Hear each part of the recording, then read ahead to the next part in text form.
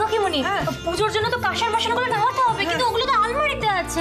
আলমারিটা আমি একদম খুলতে পারছি না, তুমি চলো আমাকে হেল্প করো।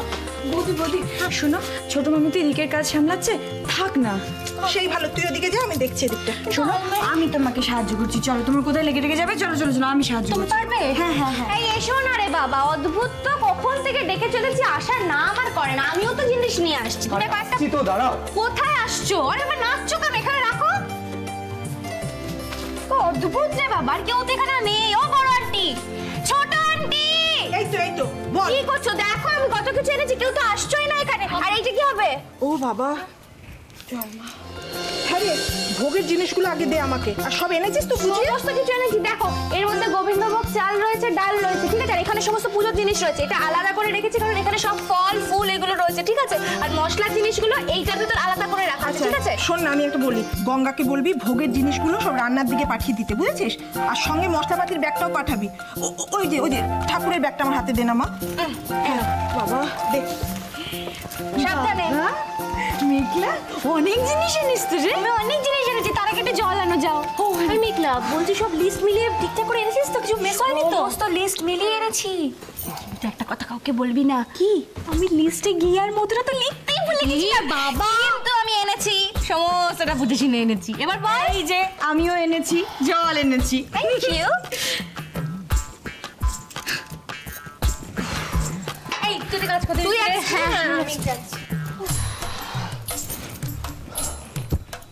তোমরা তো সব ওকে নিয়ে ব্যস্ত হয়ে পড়েছো।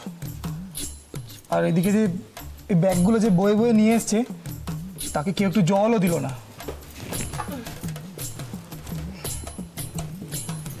আচ্ছা, আমাকে একটা কথা বলো অনি, এই হালকা হালকা ব্যাগগুলো বই তুমি ক্লান্ত হয়ে গেলে? তাও যদি বুঝতাম সারাদিন ধরে তুমি ঘুরে ঘুরে বাজার করেছো, সেটাও তো করোনি। মানে তোরা দুজন একসঙ্গে বাজারে যাসনি?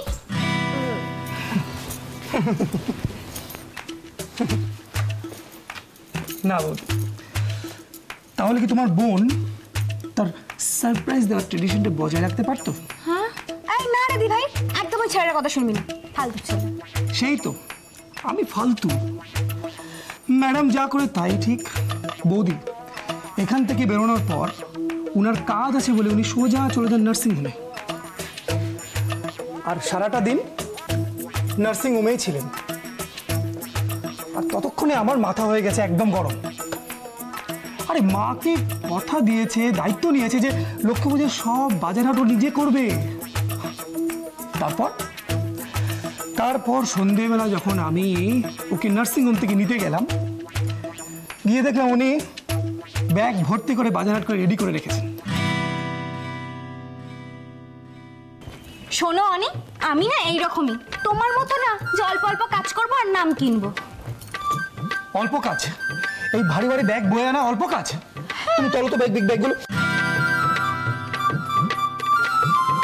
কি এরকম সত্যি কথা বলো তো তুমি? এই ব্যাগগুলো গাড়ি থেকে বাড়ি অবধি তুমিই বয়ে আনলে নাকি আমার ড্রাইভার দাদা? আমি এনেছি। কি? ড্রাইভার দাদা। হলো হলো। এই মেঘলা, তুই বাজার থেকে কি সবকিছু উঠিয়ে আনলি নাকি? ব্যাগগুলো দেখে তো খুব ভারী মনে হচ্ছে রে।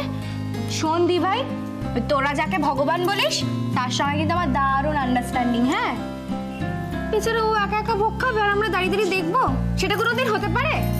তাই জন্য ওই ব্যাগের মধ্যে খিচুড়ি খাওয়া সমস্ত জিনিসপত্র রেডি। কালকে পুজো তো হবেই, তার সঙ্গে সঙ্গে আমাদের খিচুড়িও হবে। আর সেটা কে বানাবে? আমার বড় আন্টি। হতেই পারে না। এইসব পুজোর কাজ করার পর মা গিয়ে খিচুড়ি রান্না করবে? একদম ঠিক কথা বলেছিস শনি, অসম্ভব, দিদি করবেই না। টেনশন কেন নিচ্ছ?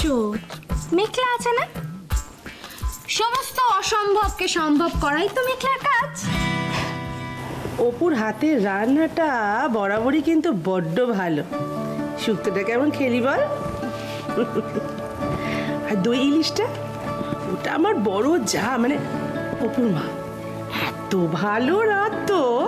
আজকে আমার খেয়ে কি মনে হচ্ছিল জানিস? মনে হচ্ছিল সেই স্বাদটা আবার পেলু। অম্বলে মরে যাচ্ছি, আর এইদিকে ওই খারাপ রান্নার সুখ্যাতি শুনতে শুনতে কানটাও ঝালাপালা হওয়ার জোগাড়। উফ, বিরক্ত লাগে এই অদীক্ষেতা। আসলে কি জানিস তো, মায়ের পরম্পরা তো মেয়েরাই বয়ে নিয়ে যায়, তাই না? এইবার দেখ না, তোর যে ছানা হবে তার কি দশা হয়, তারই পিসি কাকা জ্যাঠারা যে কি। ও এই শোনা, এই তুই নাম কিছু ঠিক করেছিস? হ্যাঁ, তবে নাম ঠিক করে কিছু হবে না, আমি তোকে বলে দিচ্ছি। এরা এক একজন এক একটা মেয়ে এমন ডাকবে না, সেই ব্যাচটা আমি থই পাবে না কোনটাকে কাকে সারা দেবো। প্রসাদ নাও। এই তো, এই তো, দা দা দা দা। না, নে। তোমায় হাত পাততে হবে না। হা করো, খাই।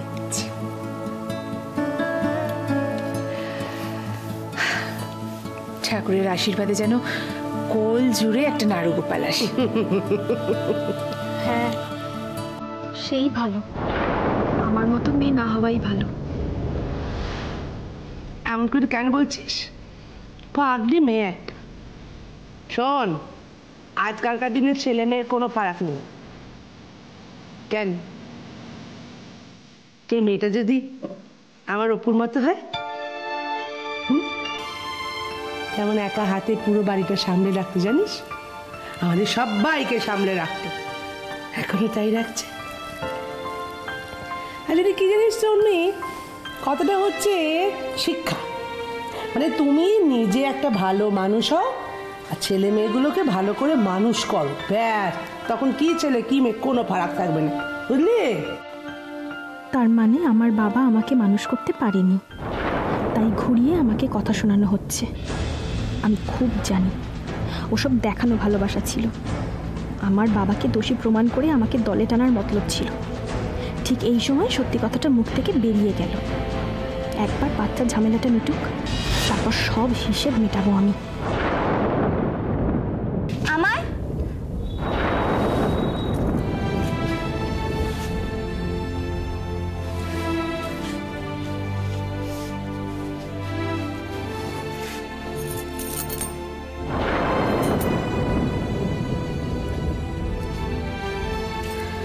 ও দিদি, তুমি যে দায়িত্ব মেঘলাকে দিয়েছো সেটা পেয়ে তো মেয়েটা একেবারে পুরো পাকা গিন্নি হয়ে গেছে গো। তুমি দেখলে অবাক হয়ে যাবে, কি সুন্দর করে পুজোর বাজার করেছি। ছোট থেকে ছোট জিনিস ভোলেনি, সুন্দর করে গুছিয়ে নিয়ে এসছে। সত্যি ছোট, পুজোর বাজার করেছে বলে এত প্রশংসা করার মতন কিছু হয়নি। নিজের দিনগুলো ভুলে গেছিস? আমরা 10 হাতে এই গোটা সংসারটাকে ধরে রেখেছি, আর তাই জন্যেই সংসারটা আজও একসঙ্গে আছে। কি যে তুমি বলো না বড় আন্টি। আরে বাবা, তোমাদের ভগবান কি আর আমাকে দুর্গা ঠাকুর বানিয়ে পাঠিয়েছে নাকি যে 10 সাথে সমস্ত দিক সামলাবো? আমি টিম ওয়ার্কে বিশ্বাস করি, এটা এখন চলে। এই যেমন ধরো, আমি যদি আমার টিমটাকে লিড করি আর সবাইকে যদি কাজ বুঝিয়ে দিই, তাহলে কাজটা কত তাড়াতাড়ি হয়ে যাবে। আমার টিমের মধ্যে পড়ে ছোট আন্টি, দিভাই আর মিঠুদি। আমি দেখো তাদের কি কি কাজ দিই। ছোট আন্টি, তুমি ফল কাটাটা আর নৈবেদ্যটা দেখবে, ঠিক আছে? দিভাই, তুই খইয়ের মোয়া আর কি বেশ নাড়ু নাড়ু বানানোটা দেখবি। আর মিঠু দিকে আমি ওই আলপনাটা দিয়ে দেবো। হ্যাঁ, ব্যাস হয়ে গেল। এভাবে সবাই পুজোর দিকটা দেখবে। বাহ, কি সুন্দর! সবাইকে সুন্দর করে তুমি যার যার দায়িত্ব বুঝিয়ে দিলে। এত বড় সংসারে এতগুলো লোক যে খাবে, তা রান্নাটা কে করবে শুনি? চাপ বাবা, সেটা তো তুমি করবে। আমি? দেখো, এটা কিন্তু আমাদের সবার তরফ থেকে একটা রিকোয়েস্ট, সেটা তোমায় রাখতে হবে। তুমি কি ভাবো কি মেঘলা? তুমি সবাইকে যা হুকুম করবে তারা তাই করবে। তোমার এত বড় সাহস, তুমি ভাবলে কি করে যে আমিও তোমার হুকুম মতন চলবো? এ বাবা বড় আন্টি, আমি তো তোমাকে রিকোয়েস্ট করেছি। হুকুম তো মানা হয়, আর রিকোয়েস্ট সবসময় মন থেকে রাখতে হয়। আন্টি, এই মেয়েটা কিন্তু কথার মারপ্যাচটা বেশ ভালোই জানে। ওই যে আন্টি এসে গেছে তোমার কাঁঠালি কলা। কি? কিছু না, তোমাকে বললাম সর্বঘাটে কাঁঠালি কলা সর্বত্র বিরাজমান। তুমি আমাকে কাঠালি কলা বললে মেঘলা? তাহলে তুমি কি সুগার কোটেড কুইনাইন? মিছরির ছুরিটা তো তোমার চেয়ে ভালো কেউ চালাতেই জানে না। আন্টি, তুমি কি বুঝতে পারো না, এই মেয়েটা মিষ্টি মিষ্টি করে তোমাকে রিকোয়েস্ট করে সব কাজ করিয়ে নেবে, আর তারপরে সবার কাছে এটাই দেখাবে যে তুমি ওর কথায় ওঠো আর বসো। ঠিক বলেছ রুবি, ও ভাবছে যে ও আমার সংসারে ঢুকে আমাকে চালনা করবে। আমি ওর হুকুম মতন উঠবো আর বসবো। সেদিনকার মেয়ে। ব্যাস, আর আমি আন্টিকে কিচ্ছুটি বলবো না, কারণ আন্টিকে যদি এখন কেউ বলে, কেউ মিন্স রুবিদি আর কি, যদি এসে বলে যে আন্টি তোমার কানটা কেউ নিয়ে চলে গেছে, তাহলে আন্টি তার পেছনেই ছুটবে। কি আর করবে বলো, আন্টিরও তো কোথাও দোষ নেই না। রুবিদির কানে এত বিষ ঢুকিয়েছে, এত বিষ ঢুকিয়েছে, এত বিষ ঢুকিয়েছে, কি ভালো কথা আন্টি কান দিয়ে ঢোকেই না। এই নিকলা, এসব কি আবল তাবল বলছিস বলতো? মা যখন চাইছে না, তুই কেন জোর করছিস আমাকে? বলবি? তুই চুপ করবি? তুই যে মাঠ থেকে এটা খাবো ওটা খাবো এরকম করতে চাস না? বলিস না এটা সেটা রান্না করে দিতে? এখন যদি কেউ এসে বলে যে অপর্ণা ওইসব তোমার মেয়েদের রিকোয়েস্ট না, ওগুলো অর্ডার, তাহলে কি জেম্মা তাদের কথা শুনে রান্না করা ছেড়ে দেবে? আমাদের করে করে খাওয়াবে না? শাশুড়ি মাও তো আমাদের মা রে বাবা, তাহলে কেন তাকে বলাটা ভুল বলছিস? এই অশান্তি আর নেওয়া যাচ্ছে না। না অগ্নি, এই মেয়েটা তোমার মাকে যা নয় তাই বলে যাবে, আর তোমরা অশান্তির ভয়ে মুখ ফিরিয়ে দাঁড়িয়ে থাকবে? এটা হতে পারে না। এই মেয়েটাকে যদি তোমরা এতটা আশকারা দাও, তাহলে আজ বাদে কাল এই মেয়েটা আন্টিকে এই বাড়ি থেকে বেরিয়ে যাওয়ার হুকুম দিতে পারে। তখন মেঘলা, এইসব নিয়ে আর একটা কথা হবে না মেঘলা। আমি তোমাকে প্রথমেই বারণ করেছিলাম যে মাকে এইসব ব্যাপার নিয়ে রিকোয়েস্ট না করতে। তোমার মায়ের হাতে রান্না খেতে ইচ্ছে করছে তো, খিচুড়ি খেতে ইচ্ছে করছে তো, ঠিক আছে, কালকে আমরা মৈত্রবাড়ি যাব, তুমি জেম্মার হাতে রান্না করা খিচুড়ি খেও, তাহলেই তো হলো। অনি, এত বড় সাহস তোর হয় কি করে? শুনলি ছোট, শুনলি? আমার ছোট ছেলের কথা তুই শুনলি? হ্যাঁ, ওই একটা মেয়ের জন্যে ও আজ নিজের মাকেও পর করে দিল। কি করে পারলি রে এটা করতে? না মা, মা মা আমি তো তোমায় তা বলিনি। তবে মা, তোমার একটা কথা বলবো আমি। মেঘলা এই হুজুগটা তুললেও ইচ্ছেটা আমারও ছিল মা। হ্যাঁ মা, মনে মনে ভেবেছিলাম যদি তুমি মেঘলার রিকোয়েস্টটা রাখতে, তাহলে তোমার হাতের রান্না খেতে পারতাম।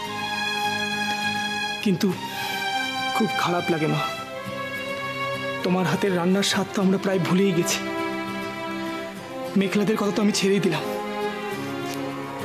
ওরা তো এই বাড়িতে নতুন, ওদেরকে মানিয়ে নিতে তোমার অসুবিধা হতে পারে, কিন্তু আমি, দাদা শোনা, আমরা তো তোমার ছেলে। তাহলে কেন আমাদেরকে দূরে সরিয়ে দিচ্ছ মা? কেন? আমরা কি অপরাধ করেছি মা? একবার ভেবে দেখো, তোমাকে এই অবস্থায় দেখে আমাদের কি হয়? আমাদের একদম ভালো লাগে না মা, একদম ভালো লাগে না। মা, আজ বৌদির সাথে যা কিছু হয়েছে, দাদা শোনা সব তোমার জন্য মেনে নিয়েছে। তোমার কি মনে হয় দাদা শোনা তাতে কষ্ট পায়নি? ও, তার মানে এখন সব দোষ আমার? না মা, তোমার কোনো দোষ নেই মা, তুমি বড্ড বেশি ভালো। ছাড় আমাকে। আরে আন্টি, জিজু তো একদম ঠিক কথা বলেছে, তুমি সত্যিই খুব ভালো মানুষ। আর তোমার এই ভালো মানুষের সুযোগ নাই কিছু দুষ্টু লোকেরা। তারা কি করে জানো তো? তোমার এই সাজানো গোজানো সংসারের মধ্যে ঢুকে সংসারটা ভাঙার চেষ্টা করে। তুমি একটা কাজ করবে, হ্যাঁ, তাদের মুখের ওপর জবাব দিয়ে দেবে, তাহলে দেখবে তারা একদম চুপ করে গেছে। মা, মা ওরা আপনার ছেলে, ওদের কাছে সব থেকে কাছের মানুষ আপনি মা। আমি বা মেঘলা চাইলেও আপনার জায়গাটা কোনো দিনও নিতে পারবো না মা। কিন্তু মা, আজকে মেঘলা যে আবদারটা আপনার কাছে করেছে, সেটা কিন্তু আপনাকে নিজের মা মনে করেই করেছে। মা, মেঘলাকে খুব অন্যায় করে ফেলেছে।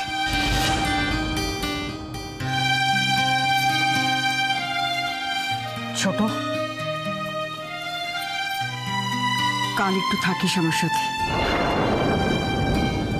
অনেকদিন অভ্যেস নেই, তাই হয়তো একলা পেরে উঠবো না। তবে কাল বাড়ির সকলের জন্যে খিচুড়ি রাঁধবো আমি।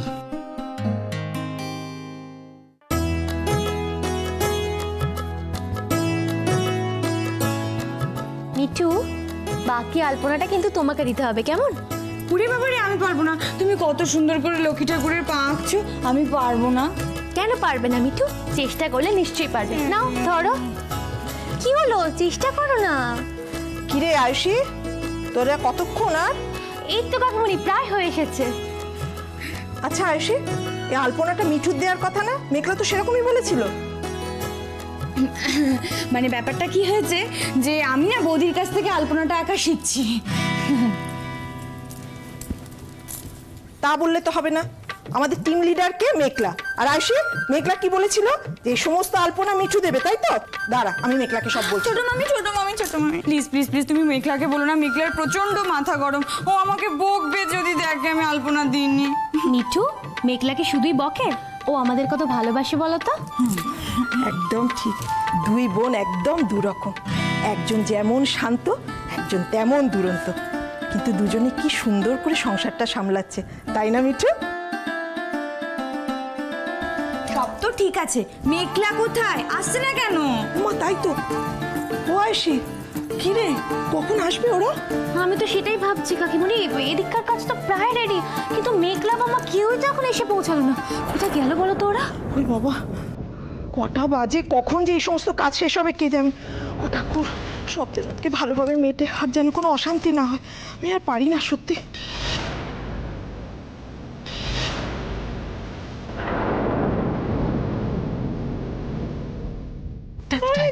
বাপরে তো মহাজানা করেছে ছেলেকে নিয়ে।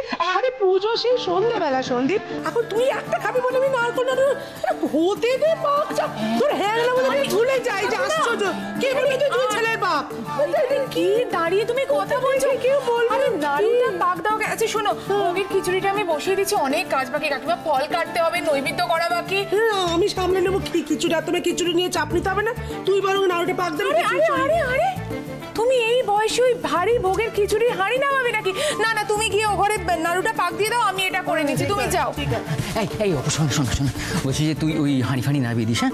আর ওই হাঁড়িতে যা যা লাগবে মাল মশলা ওসব তুই দিস, বুঝেছিস তো? কিন্তু ওই খুন্তিটা মাকে নাড়তে বলিস, বুঝেছিস তো? ওটা দরকার, মানে ওটা তুই দিতে বলিস। দাদা কাকিমা, বুঝেছি কেন আমার দাদা এই বয়সে এসেও প্রত্যেক বছর লক্ষ্মী পুজোর ওই ভোগের খিচুড়ির জন্য হাপিত্তেশ করে বসে থাকে। সত্যি তো, আমরা যেই রাঁধি না কেন, কাকিমা যদি একবার খুন্তিতে হাত দিয়ে ওই একটু নাড়াচাড়া করে দেয় হাঁড়িতে, ভোগের স্বাদটাই যে বদলে যায়। তাও দেখিনি আরে খেতা ভারী একেবারে ভোগে খিচুড়ি, তাই একেবারে তুমি করবে। আচ্ছা ঠিক আছে। কিন্তু কাকিমা, কিচ্ছু তো খাওনি, উপোস করে বসে আছো, এ প্রান্ত ও প্রান্ত দৌড়দৌড়ি করছো না। তোমার শরীরটা খারাপ হলে কে দেখবে বলো তো? তাই বলছিলাম যে মেয়েরা আছে, তারা দেখবে, বুঝেছো? তোমার মেয়েরা বউরা যা ইচ্ছে দেখবে, দেখুক তারা। কিন্তু আজ কা ব্রেকিং নিউজ হচ্ছে যে মা আমাদের ভোগের খিচুড়ি করবে। ওরে সুজন রে, খিচুড়ি বানাচ্ছে। বয়স কত গো? ও বোধ ছেলের চেয়ে ছোট, জানা তো। এবারই সকলের মুখেই হাসিটুকু রেখো ঠাকুর, সবাইকে ভালো রেখো। এই বাড়িতে শান্তি ফিরিয়ে আনো ঠাকুর, শান্তি ফিরিয়ে আনো। আন্টি শোনো, তোমাকে এই চাটা খেতেই হবে, আমি কোনো কথা শুনবো না। তুমি না করবে না, তুমি খাও চাটা প্লিজ। তুমি কেন বুঝতে চাইছো না রুবি? আজ আমি চা খেতে পারবো না। আজ আমি উপোস করে পুজো দেব, তাই আজ আমার নির্জলা উপবাস, মানে আমি জলও খেতে পারবো না। কিন্তু আন্টি না বললে কি করে চলবে? তোমার তো বয়স হচ্ছে। আচ্ছা এইসব উপোস টুপোস করে পুজো দেওয়ার কি দরকার বলো তো? শরীরটা তো খারাপ হবে। আমি জানি তুমি আমার জন্য অনেক চিন্তা করো রুবি। আসলে কি জানো তো, মায়ের পুজো করছি তো, উনি ঠিক নিজেই আমার দেখাশোনা করবেন। সত্যি আন্টি, আমি জানি না ঠাকুর রাগ করবেন কি না, কিন্তু তুমি যখন এই বাড়ি থেকে চলে গেছিলে না, তখন সত্যিই মনে হচ্ছিল যে এই বাড়ি থেকে লক্ষ্মী চলে গেছে। তো সত্যি কথা বলবো আন্টি, আমি যদি কাউকে এই বাড়িতে লক্ষ্মী বলে মনে করি, তো সেটা হচ্ছে শুধু তুমি, একদম লক্ষ্মী। এভাবে বলবে না রুবি, আমি জানি, আর কেউ মানুক না মানুক, আমি জানি তুমি আমাদের পরিবারের একজন। আসলে কি জানো তো, তিল তিল করে নিজের রক্ত দিয়ে এই সংসারটাকে আমি গড়ে তুলেছি, সেটা কোনো মতেই ওই উচ্ছৃঙ্খল খামখেয়ালির মেঘলার হাতে আমি নষ্ট হতে দেব না। আজ লক্ষ্মী পুজোর দিন আমি প্রতিজ্ঞা করছি, তুমি দেখে নিও, ওই দুই বোনকে যদি ঘাড় ধাক্কা দিয়ে বাড়ির বাইরে আমি না করেছি, তো আমার নামও অঞ্জলি চ্যাটার্জি নয়।